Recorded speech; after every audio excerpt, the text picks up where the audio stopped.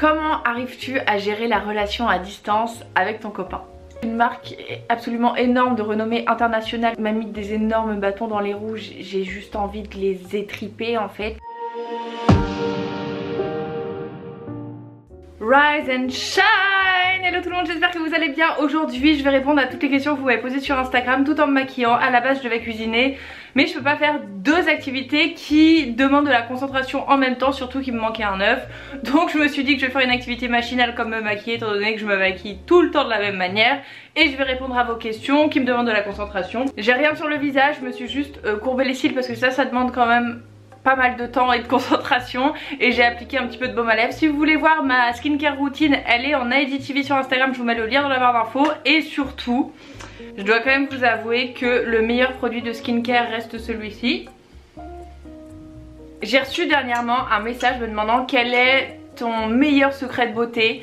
Et honnêtement c'est l'eau, c'est les 2 litres d'eau par jour. Et tous les jours je reçois des messages de personnes me disant ça y est, ça fait une semaine que je bois 2 litres d'eau par jour, je te remercie parce que ma peau est... Enfin je vous mets un exemple de message. Et c'est pour ça que je force autant en fait, c'est parce que je connais les résultats. Donc essayez au moins une semaine, vous allez voir votre peau qui va devenir glowy. Et là ma peau elle me dit aussi merci parce qu'elle n'est plus dans la pollution parisienne.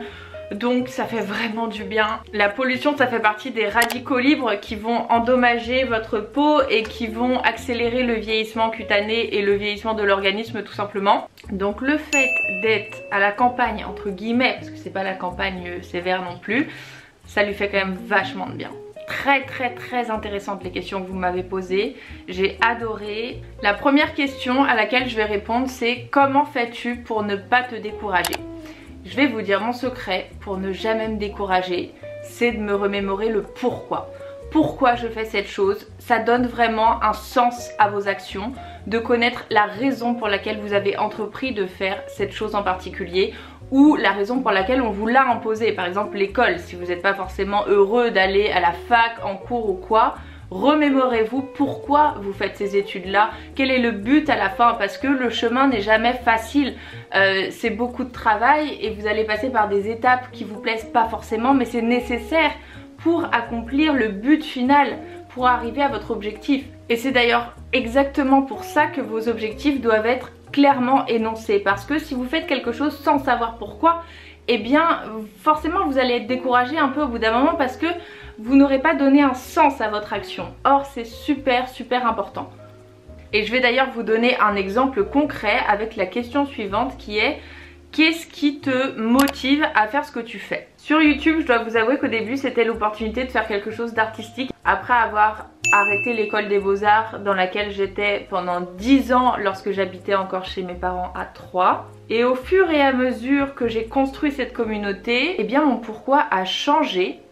C'est pas obligé d'être toujours le même, votre pourquoi peut tout à fait évoluer. Et mon pourquoi a d'ailleurs évolué grâce à vous, parce que maintenant le pourquoi je fais YouTube c'est aider les gens. Maintenant ma motivation c'est de me dire comment je peux aider les gens, en quoi je peux contribuer à les rendre plus heureux, en meilleure santé, plus motivés, plus productifs, quels sont leurs problèmes. Et ça c'est en regardant vos commentaires. L'acné, ok, ils ont de l'acné, je vais en parler. L'alimentation malsaine, ok, je vais leur proposer des recettes saines. La procrastination, ok, eh bien je vais essayer de les motiver. Et en fait, ma motivation, bah, c'est tout simplement vous, c'est vos retours qui me disent que j'ai contribué à vous rendre plus heureux, en meilleure santé mentale et physique. Que ce que je fais ça a un impact, ça a du sens, ça vous aide, parce que c'est mon pourquoi vous aider. Donc en fait voir que ça fonctionne, c'est ça qui me motive. Clairement pour ça que c'est bien trop important d'avoir un objectif qui soit défini, écrit, que vous regardez tous les jours. Maintenant je voudrais répondre à la question comment ne pas déprimer en ces temps de confinement. La première chose à faire c'est de ne pas rester en peignoir dans la tenue dans laquelle je suis, mais bon là c'est le matin, je me maquille quoi. Habillez-vous et surtout portez de la couleur. On sous-estime tellement le pouvoir de la couleur alors que ça apporte tant de joie et de motivation. Directement lorsque je porte un petit rose ou un bleu ou du jaune ou peu importe votre couleur préférée, direct ça apporte de la lumière, ça apporte de la joie et même du blanc. Lorsque je porte du blanc par rapport à du noir, tout de suite c'est plus lumineux, donc mon mood est plus lumineux également. Mais aussi il faut prendre conscience que c'est précisément parce qu'il y a des moments d'ombre qu'on apprécie les moments de lumière, et Et il faut pas culpabiliser, il faut pas rejeter les émotions négatives parce que c'est tout à fait normal. Je suis pas du tout tous les jours au top. Sauf que j'accepte le fait que mon humeur ne soit pas toujours au maximum, que ma motivation soit pas toujours au max. Il faut surtout pas rejeter ces émotions. Il faut les accepter, se dire que c'est tout à fait normal et que demain ça ira mieux. C'est à partir du moment où on se focalise dessus et où on culpabilise et où on la rejette que ça va devenir une obsession complètement malsaine et qu'on va la laisser prendre le dessus sur nous. Alors que si on l'accepte, qu'on se dit que c'est normal et que demain ça ira mieux, et ben demain ça ira mieux justement parce qu'on passera pas toute la journée à penser au fait qu'on va mal. Donc pour répondre à la question comment ne pas déprimer, voilà, il y a des petites astuces de se préparer, de prendre soin de soi et tout, mais il y a aussi le fait de se dire que c'est normal de déprimer et de pas toujours être au top et qu'il faut juste l'accepter en fait. Je commence tout juste la méditation, j'ai fait 2 séances donc je peux pas vraiment vous donner mon ressenti, mais je peux vous le conseiller par rapport à toutes les personnes qui pratiquent la méditation, qui est apparemment une gymnastique du cerveau. Comme on entraîne son corps en faisant du sport, on doit entraîner son esprit en faisant de la méditation apparemment. Et ça aide vraiment à reprendre conscience de soi, à être dans le moment présent, à calmer ses émotions et surtout à changer beaucoup plus rapidement ce sur quoi votre attention se porte. Si elle se porte sur des choses négatives, en musclant votre cerveau, en faisant cette gymnastique qu'est la méditation, vous arriverez beaucoup plus facilement et rapidement à changer votre mood parce que vous allez changer votre attention de place. Comment fais-tu pour être motivé et énergique dès le réveil? Je vous poste la météo tous les matins sur Instagram en story. Mesdames, messieurs, bonjour. Aujourd'hui, très belle journée ensoleillée, cependant assez fraîche, donc couvrez-vous et on fête les Benjamins et Benjamines. Non, plus sérieusement, il y a des matins plus difficiles que d'autres, comme pour tout le monde, ça c'est clair. Avant j'étais pas du tout du matin, mais je me suis auto-persuadée que j'étais une personne très motivée et énergique au réveil. Et ça a fonctionné. En vrai je pratique et j'applique énormément la méthode Coué, le pouvoir de la pensée, se persuader qu'on est quelque chose ou qu'on est capable de faire quelque chose pour que ça devienne réalité. Et ça marche mais tellement bien sur moi, c'est fou. Mais je pense que le vrai secret de mon énergie et de ma motivation le matin, c'est de me rappeler que je suis reconnaissante et que je suis extrêmement chanceuse. Je suis reconnaissante que mes proches et moi soyons en bonne santé. Je suis reconnaissante d'avoir un métier qui me plaît autant.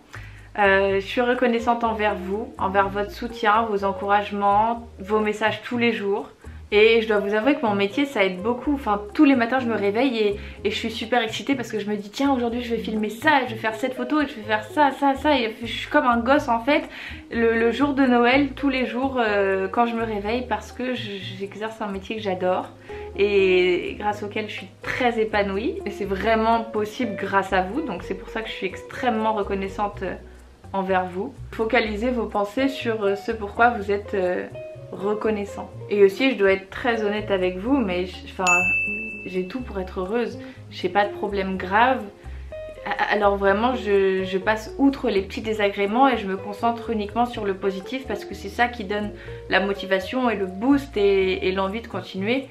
Les petits désagréments c'est tellement rien à côté de toute la chance que j'ai et je suis une personne positive et optimiste de nature parce qu'en vrai j'ai pas à me plaindre quand je compare ma vie avec rien que la vie des SDF, de ces pauvres personnes qui n'ont pas de toit sur la tête, qui doivent dormir dehors, qui galèrent tous les jours. C'est important aussi de mettre les choses en perspective et de comparer parce qu'il y a toujours pire que toi, donc vraiment j'ai pas à me plaindre. Donc je pense que ça contribue aussi à faire en sorte que je sois une personne motivée et énergique le matin, de mesurer la chance que j'ai tout simplement. Alors maintenant, quel genre d'exercice de sport pratiques-tu chez toi pour rester en bonne santé? Je cuisine. Non sérieusement, vous n'avez pas forcément besoin de sport pour être en bonne santé. Déjà si vous cuisinez avec des produits bruts le plus possible, que vous mangez pas de produits industriels, vous serez déjà plus en bonne santé qu'une personne qui fait du sport mais qui se gave de produits industriels qui cuisine pas elle-même. Avant j'allais à la salle, mais pour être honnête avec vous, ça me fait un peu chier de faire du sport pour faire du sport. Maintenant je fais des danses TikTok. Non en vrai je te jure que ça fait vraiment du cardio. pour les apprendre parce que ça va vite et tout, et puis c'est fun quoi. Ça me saoule de faire juste des exercices de sport pour faire du sport. J'ai envie de m'amuser en faisant du sport. Donc je préfère vraiment faire un sport. Avant je faisais de la danse et de l'équitation. Et la finalité c'était pas juste faire du sport pour entretenir son corps. C'était faire du sport en faisant quelque chose de fun. Que penses-tu du jeûne intermittent? Ça dépend des personnes, ça dépend de votre activité professionnelle. Mais je trouve que c'est une bonne chose parce qu'on a tendance à trop manger et pas laisser son système digestif se reposer. On a tendance à trop snacker le soir devant Netflix et en fait le fait de toujours accumuler des nutriments, vous surchargez à chaque fois votre intestin, vous ne lui laissez pas le temps de se vider. Donc ça peut beaucoup aider déjà les personnes qui ont des problèmes de digestion, de ballonnement, qui ont des kilos superflus. Après il y a différents types de jeûnes, hein. Tu peux jeûner pendant 12 heures, 14 heures, 16 heures. Mais je vais essayer d'ailleurs parce que je fais une sorte de jeûne intermittent sans vraiment le vouloir, dans le sens où, surtout quand j'étais à Paris, parce que là comme je suis revenue chez mes parents c'est un peu différent, mais à Paris je mangeais sur une plage horaire qui démarrait à 11h30 et qui s'arrêtait vers 20h30. Donc si vous voulez, je m'en suis pas rendu compte mais c'est une forme de jeûne intermittent. Mais là j'ai vraiment envie d'essayer en vous donnant mon ressenti et tout. Et je suis très curieuse de connaître les résultats parce qu'en fait c'est vous qui m'avez dit que le jeûne intermittent c'était formidable, que ça vous avait donné tellement plus d'énergie. C'est vous qui m'en avez parlé en fait. Donc vraiment envie de tester ça. Désolée, cette question elle est incroyable. Je suis obligée d'y répondre parce que ça va être magique pour la miniature. Comment arrives-tu à gérer la relation à distance avec ton copain? Ma chérie, ça fait 1 an que je suis célibataire et ça a été la meilleure année pour mon développement personnel parce que j'avais juste à me concentrer sur moi. En fait je pense qu'avant j'avais toujours peur d'être célibataire parce que j'ai trop d'amour à donner, j'ai toujours envie de donner de l'amour et besoin d'en recevoir aussi. Du coup je l'ai fait avec vous. Je vous en ai donné énormément et j'en ai reçu énormément aussi. Il n'y a pas une année qui m'a permis de me développer autant intérieurement, mentalement, que cette année-là où j'ai été célibataire. C'est incroyable. Et ça faisait un peu peur parce que depuis que j'avais 14 ans, j'avais jamais vraiment été célibataire. Mais c'est en découvrant entre guillemets le célibat que je me suis rendu compte à quel point j'en avais besoin et à quel point je vous le recommande. Parce qu'on a toujours peur d'être seul alors que c'est tellement important pour nous. J'ai tellement pris en maturité parce que moi, petit poisson que je suis, trop généreux, quand je suis avec quelqu'un, je lui donne tout mon temps. Au détriment du mien, au détriment de ce que je dois faire, de ce que j'aime faire, la personne passe en premier, tout le temps. Et je me suis rendu compte de l'erreur énorme que je faisais en passant l'autre en priorité par rapport à moi. Le confinement bloque-t-il l'avancée de ta marque? Pas complètement.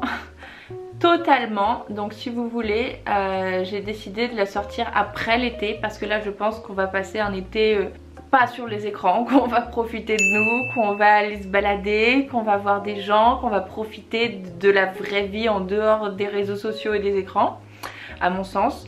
Donc si vous voulez, je pense que c'est pas pertinent du tout de lancer ma marque cet été et que il vaut mieux attendre septembre.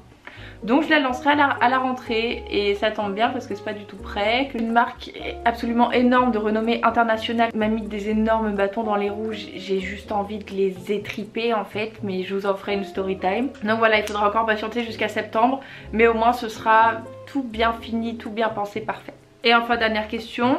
Trouves-tu que ce confinement apporte une vague de solidarité entre les gens? Et je me suis déjà exprimée à ce sujet à la fin de l'épisode 2 de Confiné avec moi et j'ai repartagé l'extrait de cette vidéo carrément sur Instagram parce que je voulais vraiment avoir votre ressenti là-dessus.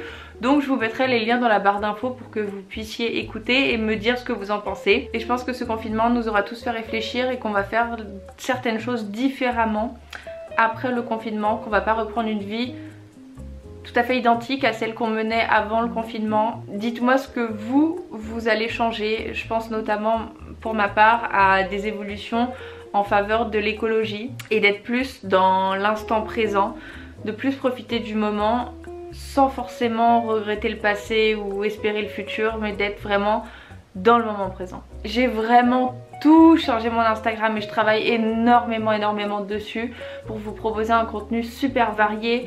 Donc ça me ferait vraiment plaisir que vous me rejoigniez sur cette plateforme sur laquelle je suis tous les jours en story et en post. Je poste 2 fois par jour et je suis vraiment à fond, donc ça m'encouragerait énormément que vous alliez me suivre dessus. Je vous embrasse très fort et on se retrouve mardi prochain à 18h25 dans une prochaine vidéo sur YouTube. Bye!